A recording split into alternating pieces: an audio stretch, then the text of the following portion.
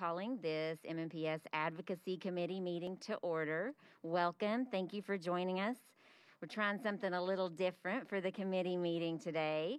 We are going to be conducting a town hall style discussion presented in conjunction with our Parent Advisory Council, for whom I am the board liaison. My name is Emily Masters.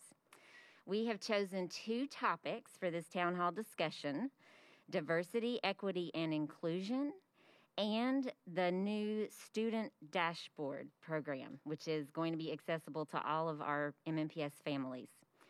So we'll have a short presentation about each of those topics, and then everyone will have the opportunity to put forth some questions, and you should have index cards where you can write down your questions. We had a couple of questions submitted ahead of time as well. The questions do need to be only about those two topics. We're trying to stay really specific and on point. And then if this goes well, we plan to continue doing it every month with different topics each month so that we can cover some different areas.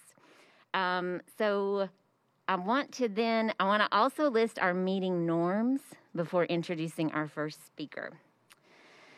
The norms for the town hall: we will participate with intention, appreciate the diversity of perspectives, maintain a respectful space, use respectful language and be courteous in tone, refrain from disruptive behavior such as shouting, speaking without being recognized by the moderator, and interrupting others. And please put away your cell phones, iPads, computers, and other electronic devices so as to not disturb others. The exits are located at the... No, I'm just kidding. Just kidding. So we'll all behave ourselves and we'll have a good time. So I now want to introduce Dr. Paul Changus, who is an incredible wealth of information and perspective when it comes to all things data here at MMPS. He has been working... I don't think he's been sleeping probably for the past few months, working on this student dashboard project for us. And I feel like every time I hear him speak about this or about data at MMPS in any terms, I learn something new. So we felt like he would be a great first guest for this event. So I'm now going to turn the microphone over to you, Dr. Changus. Thank you, Ms. Masters. I know I look tired, but I have slept a little bit in recent months.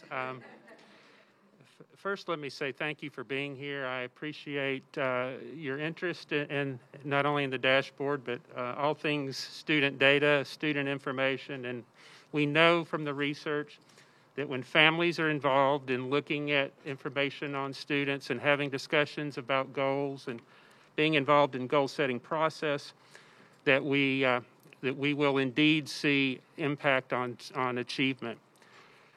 Now, the dashboard is relatively new. We rolled it out in May. It's in our campus portal and in our student information system.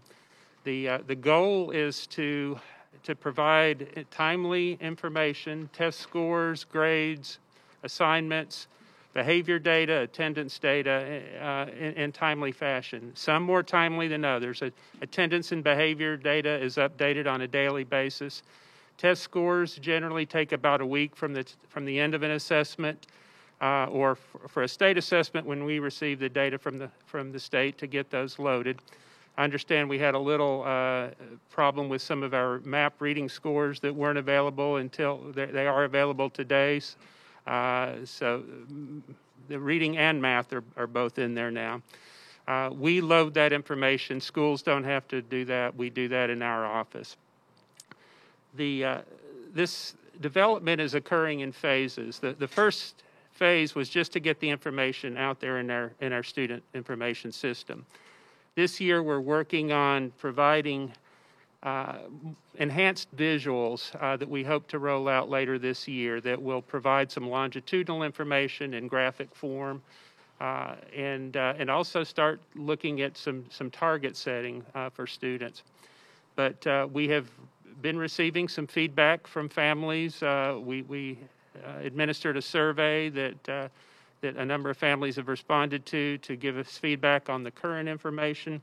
And we will be using that to develop some visuals that we share in focus groups coming soon. I know that the biggest challenge that I've seen, and I'll be honest that the campus portal is relatively new to me. We work in other systems.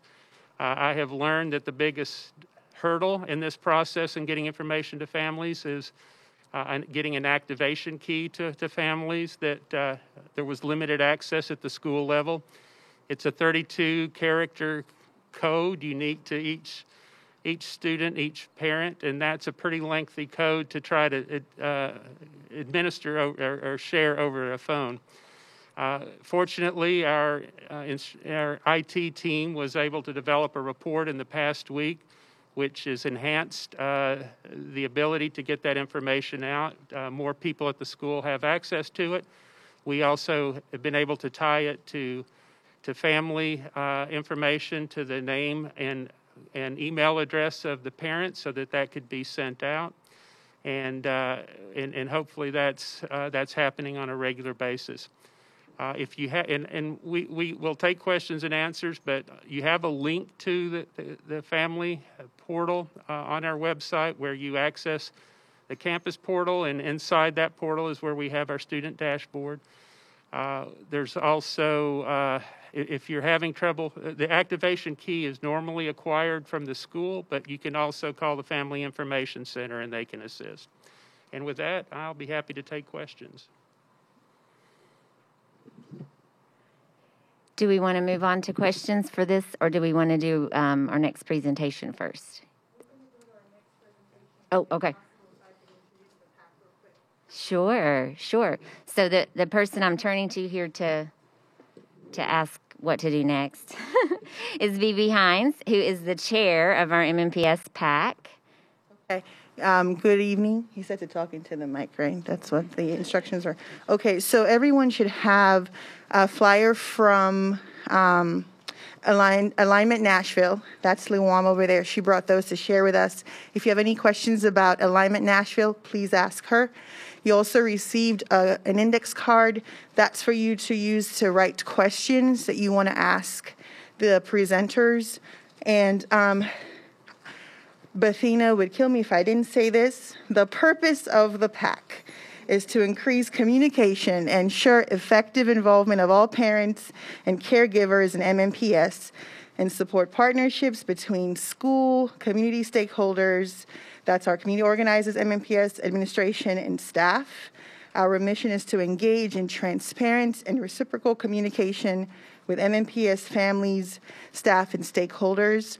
So tonight we do have a lot of community partners. We have MMPS staff, we have parents, and we're doing all of this at 4 p.m. We are going to try to expand this into maybe a hybrid or at a later time, but for today, this is the best we could do today. The good news is it's getting streamed live, and it's going to be recorded so you can view it after today. I think I said my name earlier, but I'll say it again. It's Vivi Hines, MMPS PAC chair. We have some PAC officers here. There's Dawn Johnson, who's our secretary and timekeeper for today, and Bethina is in the back, making sure we all do what we're here to do. So I think that's it. Next, we've got Mr. Hughes, who's going to present on his diversity, equity, and inclusion efforts. Thank you. So this is Ashford Hughes. You get to come sit here with me at the table now. And so we're going to have another presentation, and this will give you even more time to think about what you want to write on your question cards. So Ashford Hughes is another person who I actually think he has a clone, because he does so many different things and is so many different places at once. That's my theory. He is our Chief Officer for Diversity, Equity, and Inclusion. Did I get the title correct? So this is of great interest to the board, and I think also to lots of our MMPS families. So we're going to ask that Mr. Hughes give us a short presentation as well before we enter into the question portion of the afternoon. Thank you very much. Happy to be here with you all. I think my wife would say one of me is enough. So I don't think I'll be getting cloned anytime soon. Really an honor to work in serving the district, knowing that what I want for my child, I want to make certain that every child has access to the same things as well. I think that's an essential fundamental value that I hope to bring to this work moving forward. I do serve as part of two roles, essentially. One is on the direct equity side. What are we doing to create the conditions by which all students have what they need to grow and excel? And then I also serve as the supervisor for our school options department and process as well, which is another link to equity and how are we making certain that families are aware of the opportunities that they have to have choice throughout the district. And these are intertwined with each other often. Where we are right now in the space of equity, focusing on the efforts of doing now, but building towards. We know that we have a larger process by which we need to make certain that we are looking at from the school level to everything that we're doing at the district level of how we're creating quality conditions. But we know that we can do things right now that will have a definite impact on our students' success, their access to opportunities. Those things that we are working towards right now are making certain that we align student voice, opportunities throughout every school and at the district level as well. Second, we're looking and working with our departments to make certain that events such as this don't just happen once every blue moon, but family engagement is a core process by which we include families in decision-making and engage them in making decisions that's going to help their students be successful around the initiatives and the things that we're doing to move forward. The third thing, one of the most important things that we talk about right now when we talk about moving equity forward within the district, we have a need, and we've been working with our educators. How do we create equitable leaders in the district that know what that means, that have all of the training, the support to make certain that they understand how to be culturally responsive, to understand the cultural wealth that our diverse district has, and how do they make certain that we are living up to Dr. Battle's mantra of every student known. And oftentimes that takes just as much training, support, to take educators and support staff from a tier 1 of just now getting to know who they are and how they interact with students to a tier 4 where we understand that it's not just individual, but it's systematic, it's structural, and how do we bring all of those things together to do what's right for students. At the end of the day, our equity vision is around the core visions of what every parent in here wants. You want your child to come to school and be in a safe environment. You want your child's identity to be valued. You want to make certain that your child is having rigorous curriculum and content. And you want to make certain that when your child shows up to school, he is happy and flourishing and wants to be there. Those are the conditions that when we continue to create our equity roadmap, which will be made available very soon, we're looking at ways that we can work with our educators in partnership with our community, in partnership with our families in order to create those conditions. Right now, we are at step 1 in a lot of this work, but a lot is going on right now. That's why we say do now, build towards. The build towards is really looking at the systems that we have in place. Are our systems equitable? If they're not equitable, what are the root causes that we need to be working towards to address those things? That's why partnering with Dr. Changas, partnering with Dr. Michelle Springer and that department is vital to making certain that we're not in silos when we address equity. Because equity cannot work in silos. It's curriculum, it's the data, it's the social emotional learning. It is all the indicators that we see on a regular basis that we know where support ends and begins for our students. I think we all in here want the same thing for our children. As I see many of your faces and know many of you outside of this, now it's about how do we operationalize it where we give teachers and educators the support to make it happen.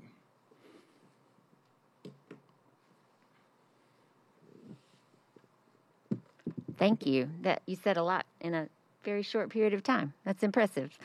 So I think I'll turn the floor back. Oh, wait. Do we decide who's going to be asking the actual questions? Oh, wait. All right. Please come on up. I'm looking at your title. This is our family engagement specialist. Shannon Koch, is going to come up. So we have an entire department here around family engagement, and they're very closely connected with the Parent Advisory Council, and so I have had the pleasure of sitting in on their conversations, and I think that the idea behind this is just to offer easier entree. It's sort of the same idea of having, instead of a central office, a support hub. So we have asked Shannon to come up and ask the questions that you're writing on your cards, and we'll see what kind of answers we get. Thank you so much. Thank you. I'm excited to be with you and excited for family engagement to be a part of the PAC partnership. Here is the first question. If there are any mistakes, errors regarding grades, how long will it take for the corrections to be made, and who would be in charge of making those changes? I think that could be Dr. Changus. Okay.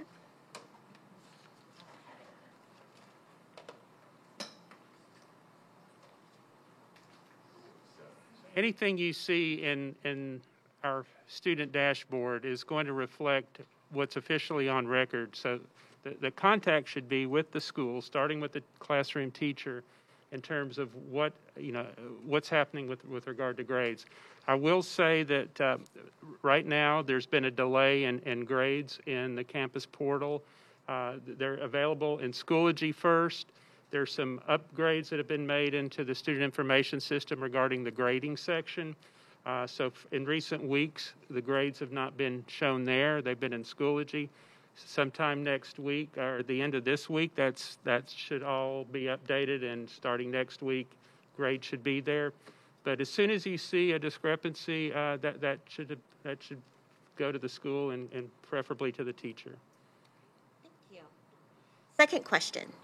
Can we set the dashboard to email a parent when new info is updated or available? I meet every 2 weeks with our IT team, and I will take that to them tomorrow. We meet every Wednesday afternoon to see. We have been working on ways to systematize some of the information, and particularly getting that activation key out there quickly. So I will take that question to them. Next question. Is the portal offered in multiple languages? It is offered in multiple languages, but they're limited. I know that we have Spanish and Arabic. I think there are 3 languages in the portal itself. And some of the information in terms of interpreting test scores, those are available on our website in several languages. But generally, anything that we send out, we ask to be interpreted in at least the 5 major translation languages. But the limitation we have on portal this is not just a metro system. This is a national student information system. But we do have a few languages available. And if there is any question about interpretation of the scores, please contact the school. There is what we call a family portal liaison at each school to work with families in terms of accessing the information. They can certainly put a family in touch with someone to help them read the data that's there. And I do want to emphasize that we want this data to be available in parent-teacher conferences and something that we discuss over the course of the year. So any interpretive information that may be needed, contact the school ahead of time. Next question. What does the parent portal do that Schoology does not? Well, as I said, there are certain things that currently are in Schoology prior to getting into the portal. That should change very quickly. But we have assessment data that's not available in Schoology. That's only now being loaded into our student information system as of May and going forward. That data never makes it into Schoology. That's probably the major difference. And how does the app experience differ among elementary, middle, and high schools? The application itself? The application experience, yes. I don't know that there's a whole lot of difference between it's mainly going to be what's available in terms of which assessments at different tiers. But I'll explore that further. I've been looking at data at elementary, middle, and high school with regard to assessments, attendance, and behavior. And other than the fact that different data are displayed, I don't think there's anything major, but I'll look into that. Are there or could there be best practice tutorial videos to help parents understand the value of the application utility and in multiple languages?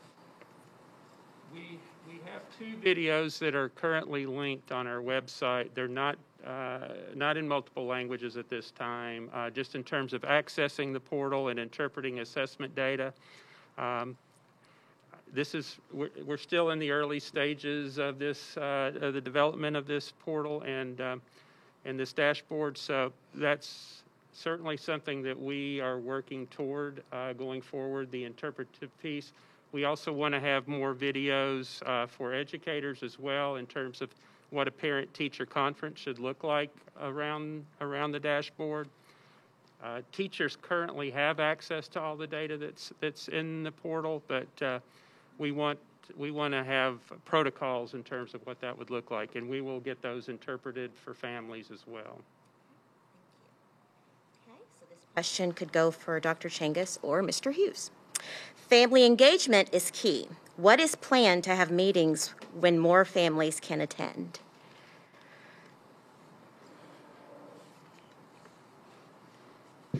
I think as I've been working with Miriana and her team and Community Achieves, one of the things that we've been able to utilize right now is the Teams platform and I know everybody's zoomed out, teamed out, but we still have been able to find ways to make those voices heard. Oftentimes we will meet on Saturdays, and we have been meeting with some parent groups on different dates and time that meshes with their schedule to be able to garner information and to hear from them. I think we'll continue to work towards that process. And as everybody comes back and feels safe and we're in safe environments, we'll continue to do more of that process moving forward, and looking forward to partnering with Community Achieves and that group so we can make certain that we get parents aligned with what we're trying to do and hear from them also. Being from family engagement, thank you. Principals are the gatekeepers to parental involvement and bi-directional communication. Some choose not to have PTOs or parent forums, limit opportunities for parents to support the school and their students. What steps should and will MNPS do to eliminate this inequity?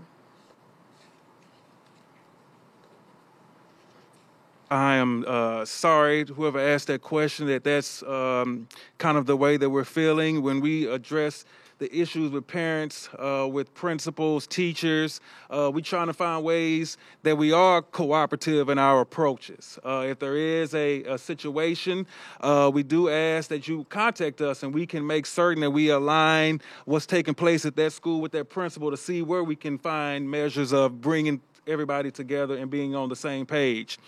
Our principals, our educators are going through a lot right now. While we talk about the social emotional learning of our students, we also take into consideration the social emotional learning of our teachers, the social emotional supports of our principals especially, which sometimes they get lost in conversation about that need as well. But I think as we continue to move forward in this new COVID space, we will find time to adopt, and figure out ways in which we can better streamline that communication because our parents deserve it. Our principals and our educators are there for it.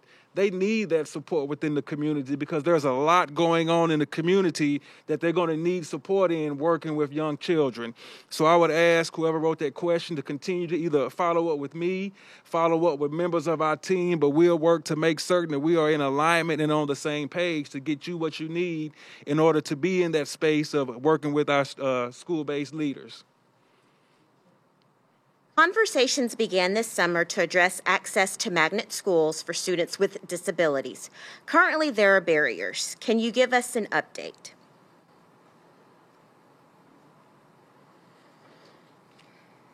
I'm going to lean on maybe Dr. Changus on this. I don't have the exact data to intelligently speak on it all the way.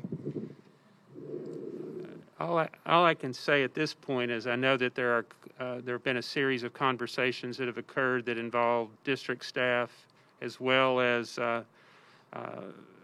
community members to look at options going forward that would hopefully eliminate some of those inequities.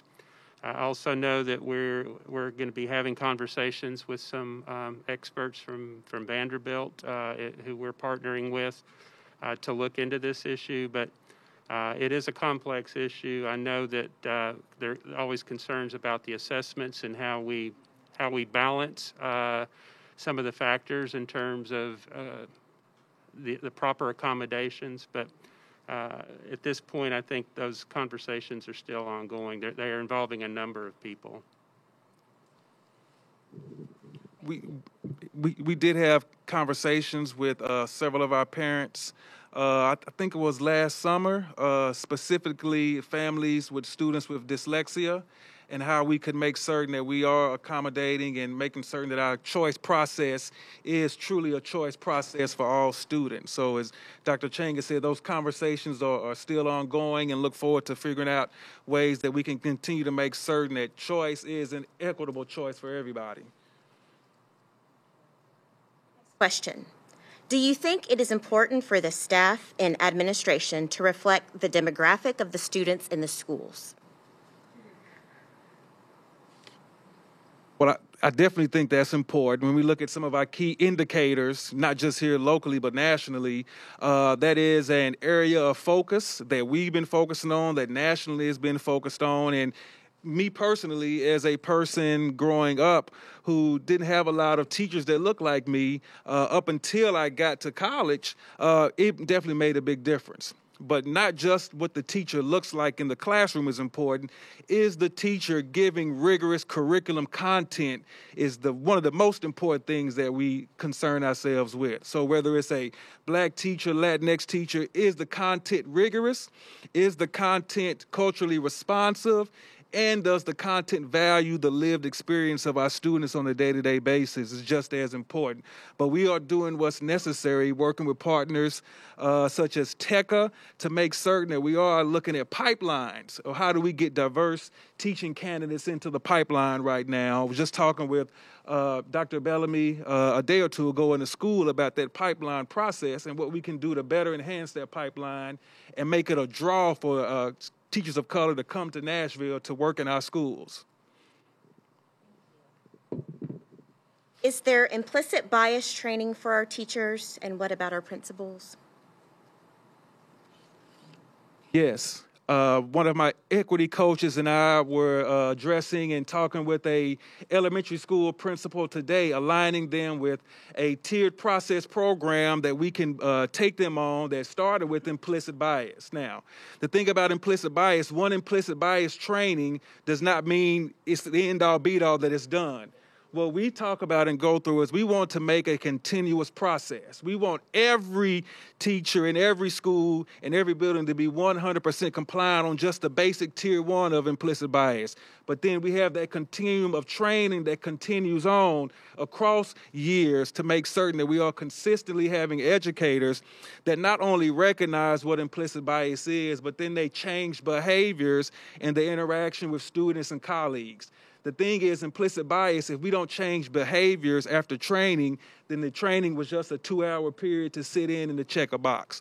So we're establishing processes and procedures by which we have, a continuum of improvement over time beyond just one training session in order to make that happen. But just today, we were doing that with a principal at a elementary school in order to get their processes started this upcoming spring. All right, we are going to take about a quick 5-minute break because Maria Hert from Family Engagement is going to do a quick interpretation for our Spanish-speaking families that are watching online. Thank you. Thank you. Well, it's not really an interpretation. It's more like an introduction and an invitation. My name is Maria Hert. I am originally from Mexico, and I work with the Family Engagement team. here in Metro. And we are now part of Community Achieves. And we want to invite our parents and our leaders from all different communities to come to these meetings and to be the voices for our minorities. Sometimes we don't have enough resources to reach out to them. So this is an appeal to our bilingual parents that can be a voice for these minorities, and actually for every parent from every minority group in our schools, because this is the space where we can hear your voices, when we can hear your concerns, and also your stories of success. We can celebrate also what's working for our district at the same time as we work to be better in all day and cover for all the needs and reach out for the needs of our families. So Family Engagement Team, Community Achieves, and our PAC team is here to hear your voices. So an invitation open for all of you. Reach out to your schools. We have Community Achieves representatives in several of our schools. We have family engagement specialists in many of our schools, or anybody really, your principals, your teachers will have a way to direct you so that we can get in touch with you and really start making these very diverse and equitable voice space for your voices. Thank you.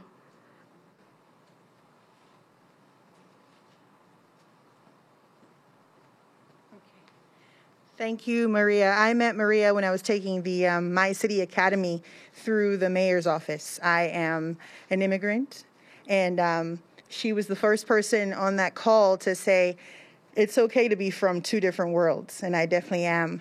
I lived in Virginia, now I'm in Tennessee, and I'm from Nigeria, so that's like, and then Pennsylvania is like 4 different worlds. So I'm very confused half of the time. But Maria has been very helpful in reminding us in the PAC that we have to be inclusive. We have to remember that people speak different languages. And so for you, Mr. Hughes, being equitable is expensive. We looked into getting translators. We looked into, people being able to be here in person to attend, to listen to you speak. And they have to take off work to come to this building.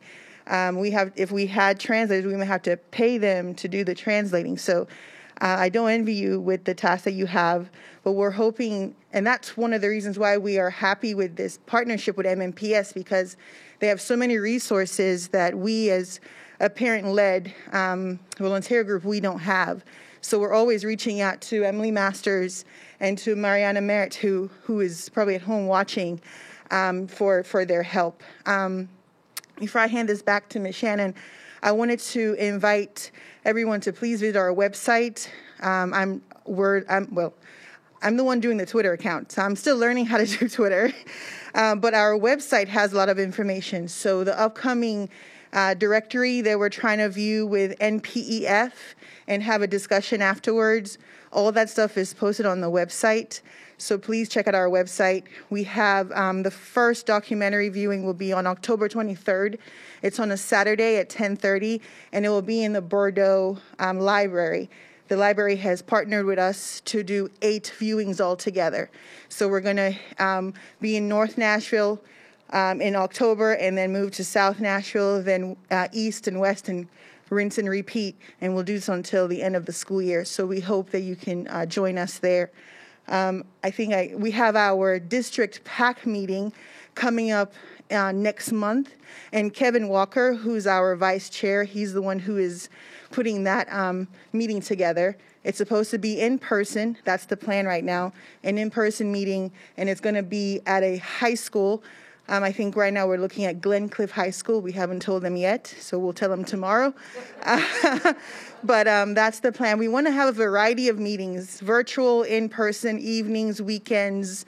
We don't have any mornings yet, but we want to try to mix it up as much as we can. All right, thank you.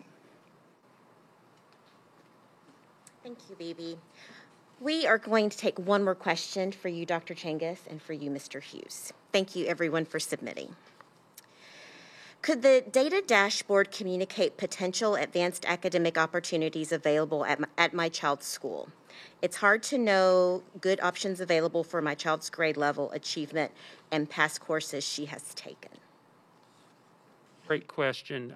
Currently, we've put a lot of test data in there and other student information.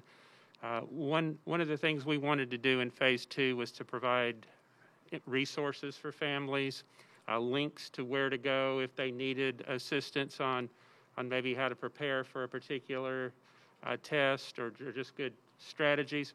But I do think that the idea of putting information out there, more general information about opportunities for students, is certainly doable. And I will take that forward to our IT team. Thank you so much. And Mr. Hughes, how are you engaging parents in your equity roadmap right now? To date, showing up and working with the PAC is one. Having been involved in the PAC in the last several meetings, finding other different community groups out. My son attends Stanford Montessori, working with our PTO to ask these same questions as well, but also reaching out to parents and families throughout the district. And I know that a lot of people with kids may not be a part of a group, but I think I have a pretty broad network of family and friends that have students, so I reach out and ask them about these things as well. But I also lean on our Community Achieves team, our student support services teams, as they are actually in the field working with these families and showing up, supporting them to ask the questions, to highlight what do we need to be doing better. So we continue to be hands-on and find ways that we can do it in a safe place and a safe opportunity, but continue to gather that insight. And would love to continue with any family across the county to continue to work and build on these processes and procedures moving forward. Thank you so much. I'll hand it back over to Emily.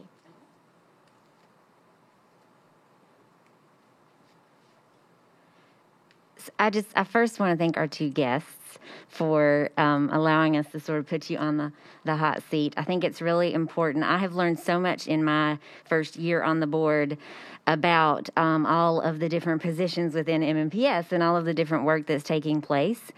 And I kept finding myself wishing I had known about all of these folks and the work that they're doing throughout my 13 years as a parent in MMPS. So we really appreciate you letting us invite you and you accepting the invitation. And I wanted to give you the opportunity for each of you, if you just had one or two more things that you didn't get to get out, or if you wanted to just, put a bow on your statements, you don't have to. But if you would like to, I wanted to invite each of you to do that. Again, thanking you for taking the time out of your day to drive here at 4 o'clock and be here is important. I think when we talk about equity, I think Dr. Battle has set the groundwork moving forward. Every student known, right? But what does that mean? And that we have to operationalize that to make certain that we understand who our students are. We have to make certain that our educators understand who our students are, and that comes with continuously asking the questions of our students. Who are you? How do you feel valued? What does value look like to you? And that's what we do every day. I am thankful to be working with a team that recognizes we are on an equity journey, right? As much as I want to beat the table and get to it right now, it's a journey because not everybody is starting at the same place in time. But we have a strong staff that Dr. Battle has put together. We have strong teachers. We have strong principals and educators that want to do the work of equity, that want to build towards understanding self and the institution that we work in and the systems that we are challenged by oftentimes to move us forward. But again, I ask that when we talk about every student known, what that really means, and that really means that's equity lived out day in and day out. And that's what we're trying to get to right now. And it's going to take a partnership amongst families, amongst communities to come together and make certain that we are doing what's best. Every child needs a champion. And we collectively can be the champion for children to make certain that every student is known if we work together and align our equity measures up day in and day out. I'm sorry I have to follow that. Thank you. I just want to say thank you again for your input tonight. I wrote down 4 or 5 great ideas of things that we can explore. I'm not going to promise that it's going to happen overnight, but I think most of these are things that are doable this year that we can look at. As I said, this is rolling out in phases. We want to continue to build onto this dashboard. We want it to provide not only student data, but as I said, resources, opportunities, other information that may not be getting home on a regular basis. And I think we're on the right path to doing that. We've been wanting to engage families in the process of getting feedback on not only what's there currently, but what's missing, what enhancements can be made, and we'll continue that conversation. Thank you. Thank you so much. I want to acknowledge that Dr. Battle is here in the audience as just sort of it's a listening session to her, as well as are many of our board members out in the audience. And when I told them you're gonna sit down there, they seemed kind of excited about it. So it's a listening session for all of us as well. And I want to thank everyone for taking the time to come. I know 4:00 on a Tuesday maybe wasn't ideal, but we really wanted, at least with our initial one of these events, to combine it with a board committee meeting, partly because I wanted to trap my fellow board members here.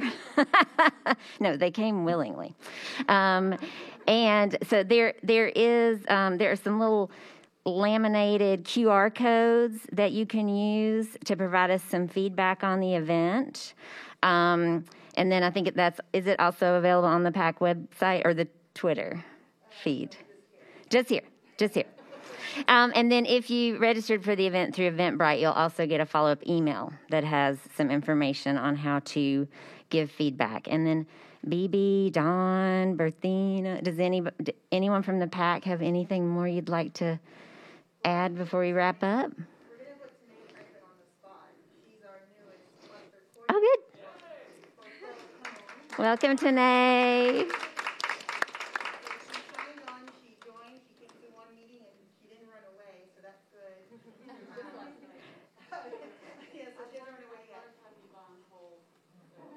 So we have a new cluster rep for Pearl Cohn, and we're still recruiting cluster reps for a few other of the clusters for PAC, because we'd love to have someone from every cluster.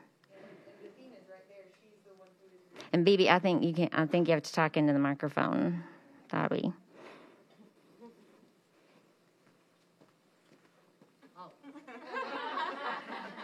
I said, Bethina is the one who is recruiting for us. Hey everyone, I'm Berthina Nabah McKinney. I am the PAC recruiting coordinator for the PAC. And just want to take a moment. We are still recruiting across the district for the PAC. We do have cluster coordinators. We are still looking for, off the top of my head, we are looking for the Hunters Lane cluster, for the Antioch cluster, Cane Ridge cluster, Maplewood cluster, and Glencliff cluster. And I also I think we have the Stratford cluster in place, yes. And so we're still recruiting there. We are also looking at the individual schools, elementary, middle, and high school, for parent representatives to represent their school. So if you are a parent listening in or a parent in the audience, and you have a child within MMPS and are interested in joining the PAC as a parent representative or a cluster leader, we would love to have you. So please reach out to us on the PAC, on our email, on our website. You can reach out to us on our website. You can reach out to us by email at mnpspac@gmail.com. You can also reach out to your school principals, and they can connect you as well. The Family Resource Center, Family Engagement Center. There's multiple ways in which you can reach out and connect with us. And we are also present on Facebook and Twitter. So please join us on those social media applications as well. We look forward to continuing to grow the PAC and really engage parents across our community to create that true partnership that we want to see with MNPS. So if you have any questions, feel free to reach out. In the meantime, thank you all for coming. We're so happy to have you. Thank you, Dr. Battle, with your leadership across the district and allowing your team to work with us. Thank you, Dr. Changus. Thank you, Mr. Hughes. We're so glad to have you. Thank you, Emily Masters, for facilitating this, and all of the board representatives and community members who have joined us. We really, really appreciate it. And thank you, parents, for taking the time out to join us today. Also forgot about community partners, so all of our community partners. So it really takes a village in order to support our children, and we want to create that strong village for all of us. Thank you. Have a great night. Yeah, I wanted to acknowledge also, I know we have representatives from Alignment Nashville, from NOAA, MNEA. I'm sure there are others. So we're very fortunate to have such amazing partners in the community. And I think with that, since we have a board meeting starting shortly, I will adjourn this advocacy committee meeting / PAC Town Hall. Thank you.